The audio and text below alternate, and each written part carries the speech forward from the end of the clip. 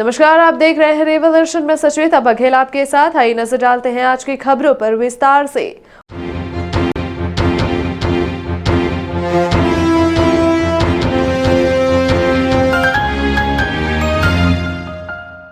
मध्य प्रदेश पंचायत चुनाव की तारीखों का ऐलान हो गया है। शनिवार को मध्य प्रदेश निर्वाचन आयोग ने प्रेस कॉन्फ्रेंस की, जिसमें निर्वाचन आयुक्त वसंत प्रताप सिंह ने जानकारी दी। कॉन्फ्रेंस में आप सभी का स्वागत है।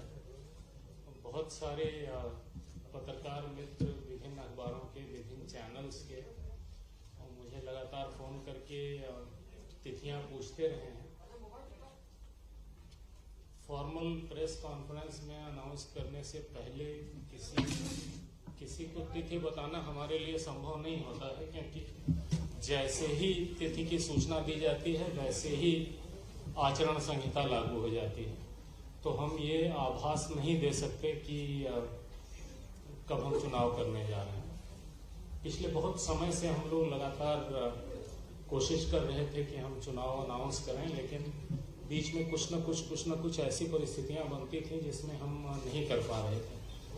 एक बार तो एक्चुअली अच्छा हुआ हमने नहीं किया, क्योंकि हम डेट अनाउंस करने जा रहे थे, तब तक हमें राज्य शासन की चिट्ठी मिली कि अभी आप डेट अनाउंस नहीं करें, कोविड के बढ़ने का खतरा इस समय बहुत ज़्यादा है। और एक्चुअली जिस दौरान हम चुनाव करने के बारे में सोच रहे थे, उस समय इतनी भयानक सेकेंड वेव आई कि न केवल मध्य प्रदेश में बल्कि पूरे देश में बहुत बड़ी संख्या में लोग बीमार पड़े। मैं स्वयं बीमार पड़ा, मेरा पूरा परिवार बीमार पड़ा, मैं तो अस्पताल में भर्ती तक हो गया।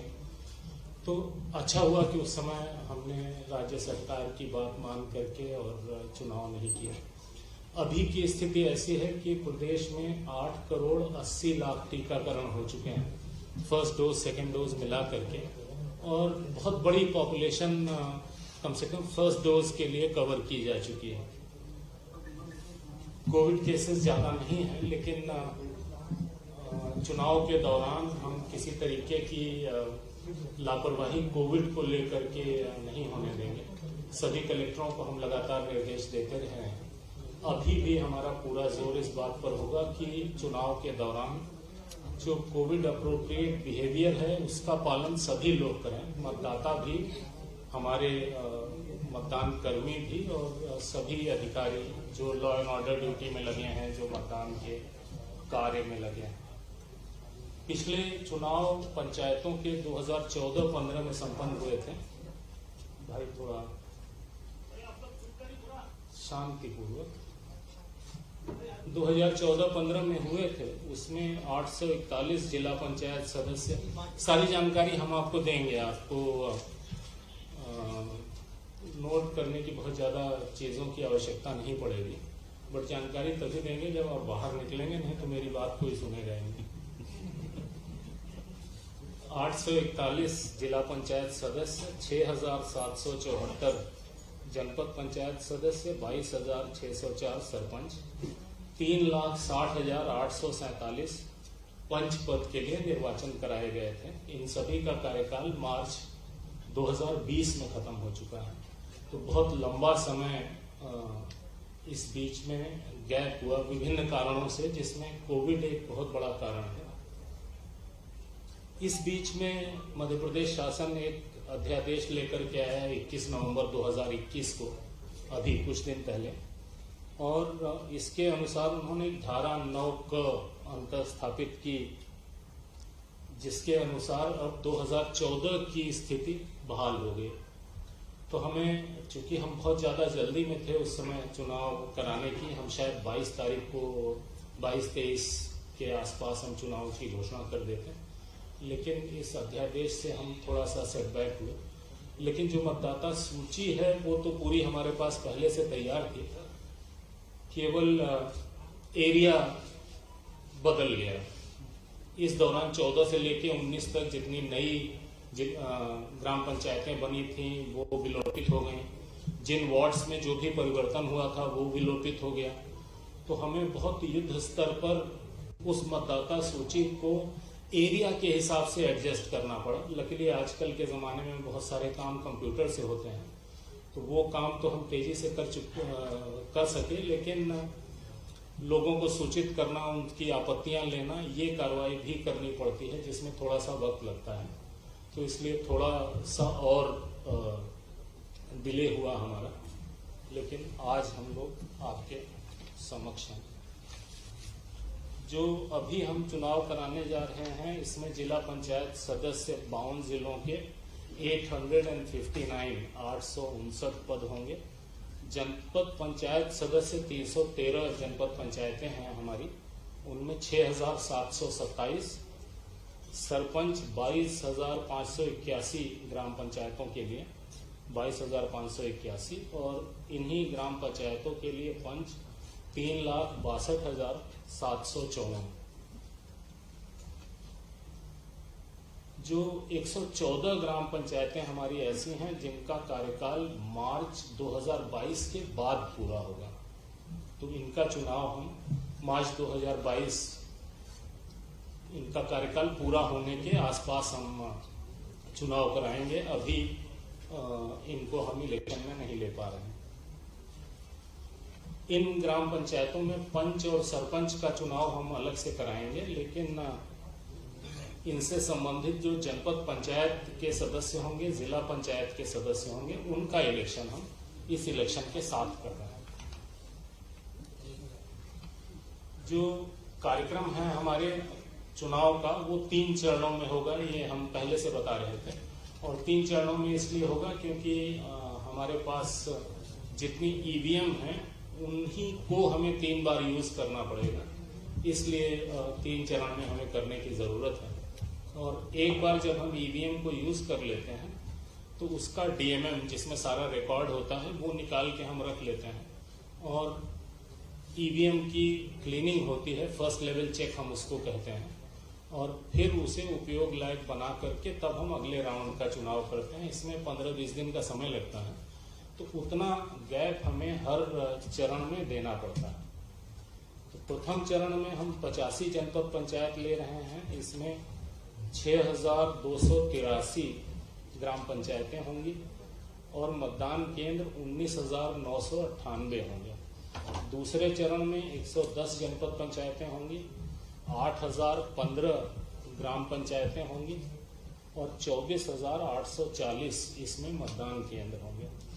तीसरे चरण में 118 जनपद पंचायतें होंगी, 8,397 ग्राम पंचायतें ली जाएंगी और 26,560 मतदान केंद्र होंगे। इसमें कुल मिला के 313 जनपद पंचायतें, 22,695 ग्राम पंचायतें और 71,398 मतदान केंद्र होंगे।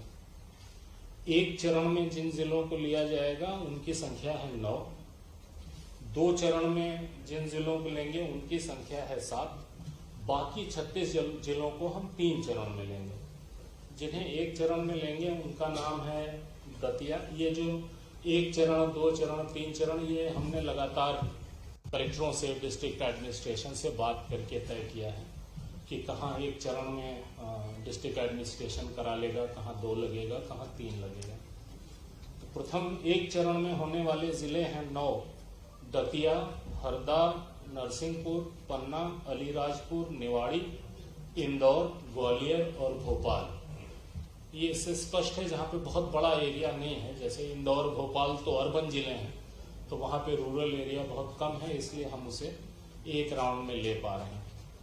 जो 2 चरणों में होंगे वो 7 जिले हैं, Burhanpur, Jabalpur, again very large urban area, the rural area is smaller, Singrauli, Umaria, Anuppur, Sheopur, Dewas.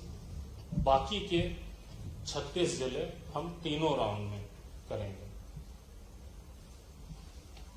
1/1/2021 की स्थिति की मतदाता सूची का अंतिम प्रकाशन हम 3 मार्च 2021 को कर चुके हैं और इस मतदाता सूची के अनुसार 3,92,00,000 मतदाता हैं। इनमें पुरुष मतदाता 2,02,00,000 और 1,90,00,000 महिला मतदाता, अन्य मतदाता 1,044। कुल 71,398 मतदान केंद्र हैं। इनमें 3,095 मतदान केंद्रों में मतदाताओं की संख्या 750 से ज्यादा है। निर्वाचन के कार्यक्रम में 4,25,000 मतदान कर्मी नियुक्त होंगे। जो मतदान केंद्रों पर नियोजित किए जाएंगे कर्मचारी, उनका जिलेवार डेटाबेस तैयार कर लिया गया है। प्रत्येक मतदान केंद्र पर एक पीठासीन अधिकारी और 4 मतदान अधिकारी नियुक्त होंगे। जहां 750 से ज्यादा मतदाता हैं, इनकी संख्या बहुत ही कम है, वहां पे अतिरिक्त मतदान कर्मी नियुक्त किया जाएगा। पंचायत निर्वाचन हेतु जिस विकासखंड में निर्वाचन संपन्न होगा, जिले के भीतर उससे भिन्न विकासखंड के कर्मचारी रैंडमाइजेशन पद्धति से नियोजित किए जाएंगे, ताकि वहीं का कोई आदमी वहां पर ड्यूटी न करे। कोविड प्रोटोकॉल को दृष्टिगत रखते हुए मतदान कर्मियों के तीसरे रैंडमाइजेशन का समय मतदान प्रारंभ होने से 24 घंटे के पूर्व के स्थान पर 48 घंटे पूर्व किया गया है। पहले 24 घंटे पहले करते थे, अब 48 घंटे पहले करेंगे। पंचायतों के आम निर्वाचन के लिए पंच, सरपंच, जनपद पंचायत सदस्य एवं जिला पंचायत सदस्य का निर्वाचन प्रत्यक्ष मतदान प्रणाली से होगा। पंच एवं सरपंच का निर्वाचन मतपत्र पर मतांकन उपरांत मतपेटी के माध्यम से तथा जनपद पंचायत सदस्य एवं जिला पंचायत सदस्य का निर्वाचन ईवीएम के माध्यम से संपन्न होगा। निर्वाचन में विभिन्न पदों हेतु मतपत्रों का रंग अलग अलग होगा। जिला पंचायत सदस्य के लिए गुलाबी, जनपद पंचायत सदस्य के लिए पीला, सरपंच के लिए नीला और पंच के लिए सफेद। चूंकि वही मतदाता इन चारों पदों के लिए वोटिंग करेगा, इसलिए ये कंफ्यूजन दूर करना है। डेट ही बताने जा रहा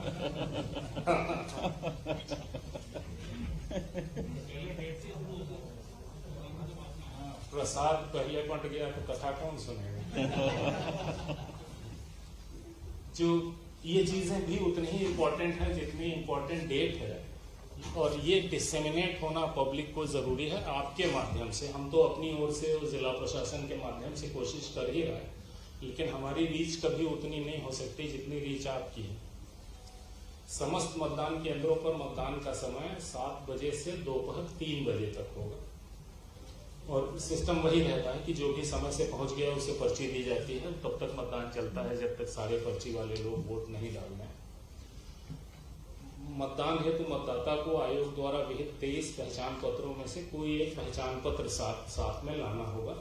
आइडेंटिफिकेशन जरूरी है। पंच एवं सरपंच पद की मतगणना मतदान समाप्ति के बाद मतदान केंद्र पर ही की जाएगी। जनपद पंचायत सदस्य एवं जिला पंचायत सदस्य के पदों हेतु ईवीएम से मतगणना विकासखंड मुख्यालय पर की जाएगी। पंच सरपंच पद की मतगणना का सारणीकरण एवं परिणाम की घोषणा विकासखंड मुख्यालय पर की जाएगी।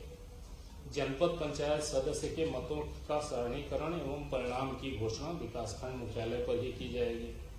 जिला पंचायत सदस्य के लिए मतों का विकासखंड स्तरीय सारणीकरण उपरांत जिला मुख्यालय पर सारणीकरण करते हुए निर्वाचन परिणाम की घोषणा की जाएगी। पंचायत के इस चुनाव के लिए हमारे पास कुल 55,000 ईवीएम उपलब्ध हैं। विभिन्न चरणों में हम जो ईवीएम का इस्तेमाल कर रहे हैं, रिजर्व ईवीएम जोड़ करके प्रथम चरण में 26,910, द्वितीय चरण में 33,657 और तृतीय चरण में 35,797। इससे पता लगता है कितने ईवीएम हमें लगते हैं, और चूंकि केवल 55,000 हैं, इस कारण से हमें कई राउंड में जाना पड़ रहा है। हर विकास खंड में रिजर्व ईवीएम उतनी होगी जितनी ग्राम पंचायतें हैं उस विकास खंड में। आयोग द्वारा प्रयुक्त ईवीएम में मतदान का डेटा सुरक्षित रखने के लिए डीएमएम होता है हमारे पास, डिटैचेबल मेमोरी मॉड्यूल, उसे हम अलग कर लेते हैं। उसके बाद ईवीएम की फर्स्ट लेवल चेक करके फिर उसको दोबारा इस्तेमाल करते हैं। प्रत्येक चरण की मतगणना के बाद जो ईवीएम का डीएमएम है उसे अलग करके फिर हम सील बंद कर लेते हैं। एक चरण में उपयोग करके जो मुक्त हुई उसका फर्स्ट लेवल चेक, जैसा हमने बताया, वो करने के बाद ही उसे अगले इलेक्शन में यूज करते हैं। जो त्रिस्तरीय पंचायतों के विभिन्न पदों यानी पंच, सरपंच, जनपद पंचायत, जिला पंचायत के लिए एक इंटीग्रेटेड एकीकृत नाम निर्देशन पत्र की व्यवस्था की गई है। जिला पंचायत सदस्य के लिए नाम निर्देशन पत्र जिला मुख्यालय पर, जनपद पंचायत सदस्य के लिए विकासखंड मुख्यालय पर तथा पंच एवं सरपंच पद के लिए विकासखंड मुख्यालय एवं क्लस्टर मुख्यालय पर लिए जाएंगे। जो डिस्ट्रिक्ट एडमिनिस्ट्रेशन ग्राम पंचायतों को समूहबद्ध करके क्लस्टर का निर्माण करेगा, जहां पर यह अग्रिम कार्रवाई होगी। जो निक्षेप राशि जमा करनी होती है, जिला पंचायत सदस्य के लिए 8,000, जनपद पंचायत सदस्य के लिए 4,000, ग्राम पंचायत सरपंच के लिए 2,000, पंच के लिए 400 रुपये। लेकिन अनुसूचित जाति, अनुसूचित जनजाति, अन्य पिछड़ा वर्ग एवं महिला अभ्यर्थी के मामले में ये निक्षेप राशि आधी जमा करनी पड़ेगी। पंच पद के लिए नाम निर्देशन पत्र के साथ अभ्यर्थी को निर्धारित प्रारूप में घोषणा पत्र प्रस्तुत करना है, बाकी को शपथ पत्र प्रस्तुत करना है। पंच के लिए केवल घोषणा पत्र काफी है।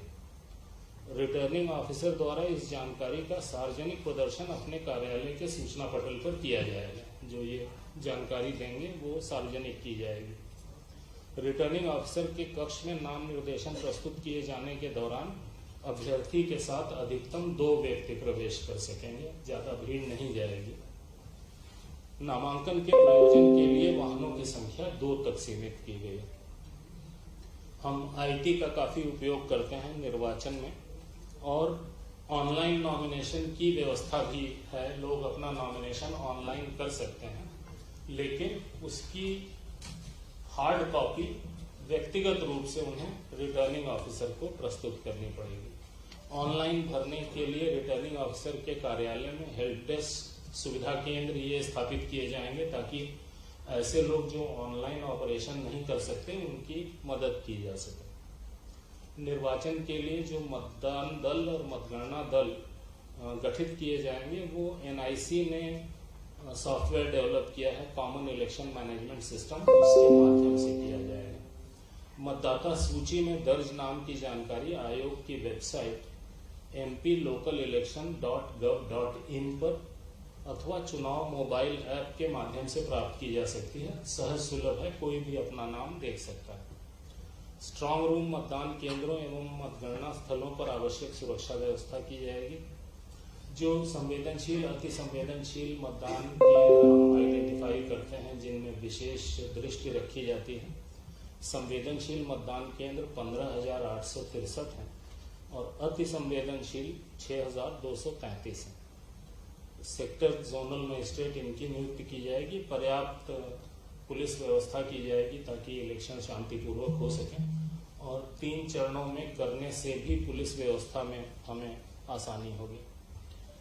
बहुत जरूरी है, ये आपके लिए भी नोट करने के लिए है कि निर्वाचन संबंधी शिकायतों के त्वरित निराकरण के लिए आयोग मुख्यालय में एक कंट्रोल रूम स्थापित किया गया है, जिसका दूरभाष क्रमांक 0755-255-1076 है। 255-1076 है। किसी को भी निर्वाचन संबंधी कोई भी शिकायत करनी हो तो इस नंबर पर वो फोन कर सकते हैं और इमीडिएट उस पर कार्रवाई सुनिश्चित की जाएगी। इसी तरीके से हर जिले में जिला स्तरीय कंट्रोल रूम स्थापित किए जाएंगे, जहां पर लोग डायरेक्टली शिकायत कर सकेंगे। हम लोग निर्वाचन के पर्यवेक्षण के लिए हर जिले में प्रेक्षक नियुक्त करते हैं। उन्हें जब मतदाता सूची बन रही होती है तो भी हर स्टेज में हम उन्हें जिले में भेजते रहते हैं और उनसे रिपोर्ट लेते हैं। बहुत सारी वोटर लिस्ट को लेकर शिकायतें हमें मिली थी, कुछ हमने जिला प्रशासन से जांच कराई, कुछ हमने अपने प्रेक्षकों से जांच कराई, और ऐसी शिकायतें जो हमें लगी कि बहुत सीरियस नेचर की हैं, उसमें जिला प्रशासन के साथ साथ हमने पैरेलल जांच अपने प्रेक्षक से भी कराई, ताकि सही स्थिति ज़्यादा हमारे सामने स्पष्ट हो सके। मतदाता जागरूकता के लिए systematic education, nurturing, sensitisation, electorate से संबंधित गतिविधियों का आयोजन करते हैं हम लोग कंटिन्यूअसली। अभी इस बीच में और करेंगे। मतदाताओं को ईवीएम की कार्यप्रणाली से अवगत कराते हुए अधिक से अधिक मतदान करने के लिए प्रेरित किया जा रहा है। हमारी जिम्मेदारियों में से एक जिम्मेदारी ये भी है कि ज़्यादा से ज़्यादा लोग चुनाव में भाग लें। मतदान के दौरान कोविड संक्रमण से बचाव के लिए हमने क्या क्या प्रबंध किए हैं ये भी हम मतदाताओं को लगातार बताते जा रहे हैं, ताकि उन्हें पता लगे कि उनकी सुरक्षा के लिए क्या किया जा रहा है। उसके साथ साथ उन्हें खुद अपनी सुरक्षा के लिए क्या करना है ये जानकारी दी जा रही है। आज जैसे ही चुनाव की घोषणा होती है वैसे ही आदर्श आचरण संहिता लागू हो जाएगी। मतदाताओं को प्रभावित करने संबंधी घटनाओं पर नियंत्रण के लिए आदर्श आचरण संहिता लगती है और परिणाम घोषित होने तक ये प्रभावशील रहेगी। आदर्श आचरण संहिता के प्रावधान राजनीतिक दलों पर भी लागू होते हैं। हालांकि चुनाव नॉन पार्टी बेसिस पर होते हैं, लेकिन model code of conduct political parties पर भी लगता है, उन्हें भी इसका पूरी तरीके से पालन करना होता है। अभ्यर्थियों पर शासकीय विभागों, कर्मियों, त्रिस्तरीय पंचायतों के पदाधिकारियों एवं कर्मचारियों सब पर लागू होता है। इनफैक्ट हम जब जैसे ही इलेक्शन डिक्लेयर करते हैं वैसे ही हम चीफ सेक्रेटरी को पत्र लिखते हैं 500 कॉपियों के साथ आदर्श आचरण संहिता की, कि वो हर विभाग तक वो पहुंचा दें और उन्हें इंस्ट्रक्ट करें कि ये आदर्श आचरण संहिता है। पूरी की पूरी गवर्नमेंट, सारे के सारे सरकारी विभाग इसका पालन करें। निर्वाचन के दौरान किसी भी अभ्यर्थी को प्रचार हेतु सभा, रैली, जुलूस आदि आयोजन के पूर्व सक्षम प्राधिकारी की अनुमति लेना अनिवार्य होगा। मतदान समाप्ति के समय से 48 घंटे पूर्व की कालावधि के दौरान सार्वजनिक सभा, जुलूस, रैली आदि पर प्रतिबंध रहेगा। अंतिम पैराग्राफ तक पहुंचा हूं, धीरे छूट गया। ये सब नहीं मिलेगा आपको, मुद्दे की बात मिलेगी। नहीं, आपका सदैव स्वागत है। हम भागते इसलिए हैं क्योंकि आप केवल डेट पूछते हो जो हम बता नहीं सकते। आज हम बता सकते हैं तो हमने खुद सबको बुलाया। ठीक है। आयोग ने कोविड से बचाव के लिए ढेर सारे निर्देश जारी किए हैं। वो वही हैं जिनसे आप बार बार परिचित हैं, तो जो आप चाहते हैं वो बता दें आपको। निर्वाचन की सूचना का प्रकाशन और नाम निर्देशन पत्र प्राप्त करना, ये प्रथम चरण के लिए 13/12/2021 यानी 13 तारीख से निर्वाचन की सूचना का प्रकाशन किया जाएगा और नाम निर्देशन पत्र प्राप्त करना शुरू हो जाएगा। नाम निर्देशन पत्र प्राप्त करने की अंतिम तारीख 20 दिसंबर। नाम निर्देशन पत्रों की संवीक्षा यानी जांच 21 दिसंबर।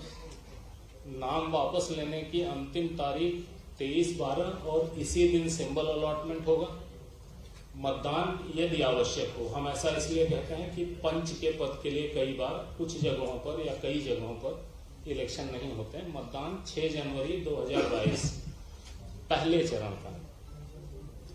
मतदान केंद्र पर की जाने वाली मतगणना केवल पंच और सरपंच के लिए 6 जनवरी। जनपद पंचायत सदस्य एवं जिला पंचायत सदस्य की विकासखंड मुख्यालय पर ईवीएम से की जाने वाली मतगणना 10 जनवरी।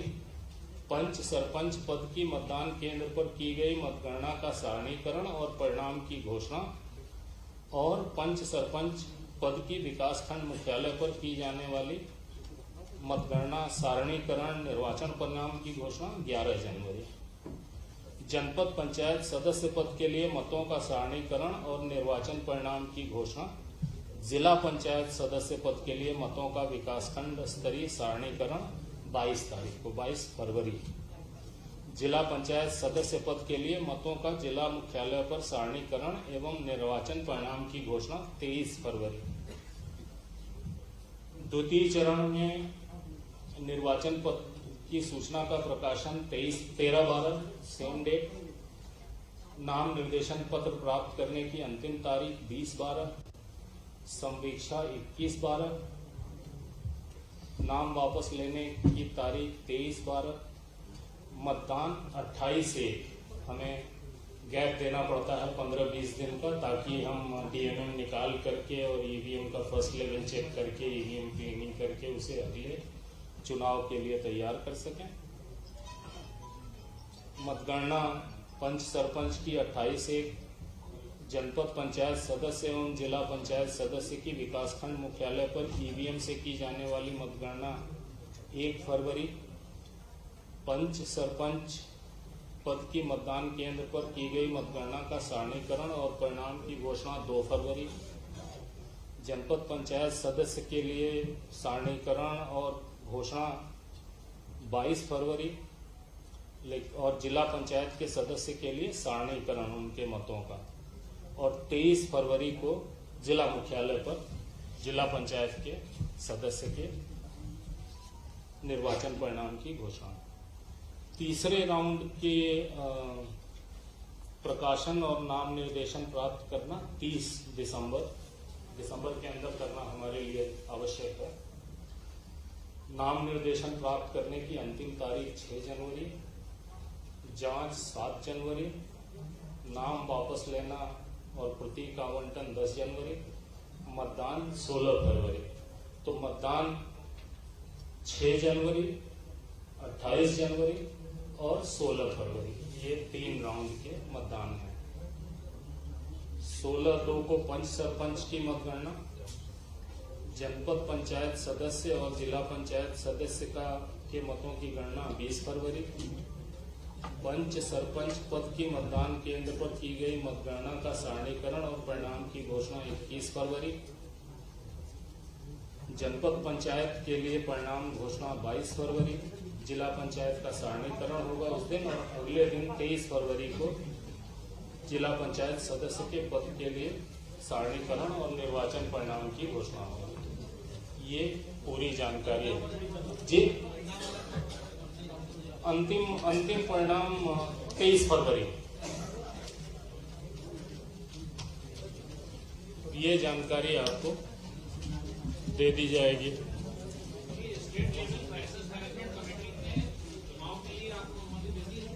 मुझे जरूरत नहीं है, हम एक कॉन्स्टिट्यूशनल बॉडी हैं और हाई कोर्ट में कुछ केसेस लगे थे जिसमें किसी ने कहा था कि जिला पंचायत चुनाव में देर हो रही, जल्दी कराइए।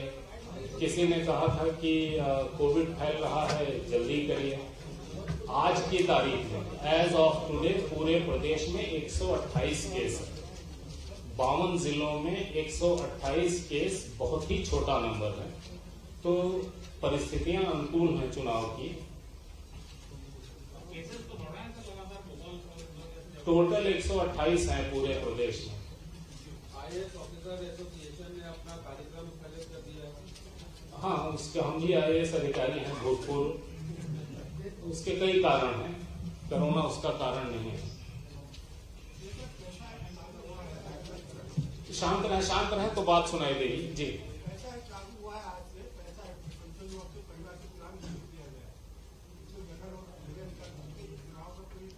नहीं, चुनाव पे कोई असर नहीं। चुनाव तो कॉन्स्टिट्यूशनल मजबूरी है। किससे कोई चुनाव तो अपनी जगह है, that is in its own place. अगर कोरोना के केसेस बढ़ते हैं तो चुनाव को भी फिर आगे बढ़ेगा। अगर हमें स्पेकुलेशन करना ही है तो अच्छा किया जाए ना, खराब स्पेकुलेशन क्यों कर रहे हैं? जब जैसी परिस्थिति बनेगी तब तैसा निर्णय लेंगे। चुनाव कभी भी इस तरीके से नहीं किए जाएंगे कि आम जनता के जान माल स्वास्थ्य को किसी भी प्रकार का खतरा है। पहले भी जब हम चुनाव की बात कर रहे थे तो हम ये कहते थे कि कोविड पर दृष्टि रहेगी और पूरी कोशिश हमारी ये होगी कि हमारे कारण, चुनाव के कारण कोविड के केसेस की बढ़ोतरी न हो। और हम डेली रिपोर्ट लेते हैं हेल्थ डिपार्टमेंट से कि कितने टीकाकरण हुए और कितने केसेस हुए, कितने नए केसेस हुए, कितने पुराने लोग ठीक होकर के वापस गए, जो केसेस हैं उनमें सीरियस कितने हैं, ये भी हम लेते हैं। तो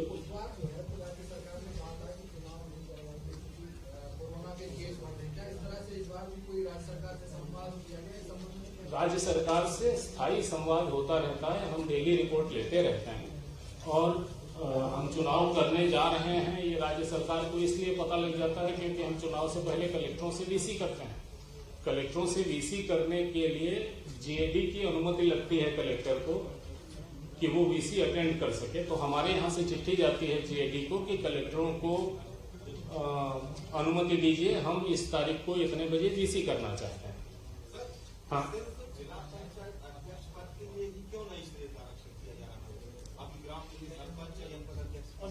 नहीं समझा मैं आपकी बात, एक मिनट पहले उनकी बात समझ लूं तो फिर अगला बताऊंगा जी। हाँ,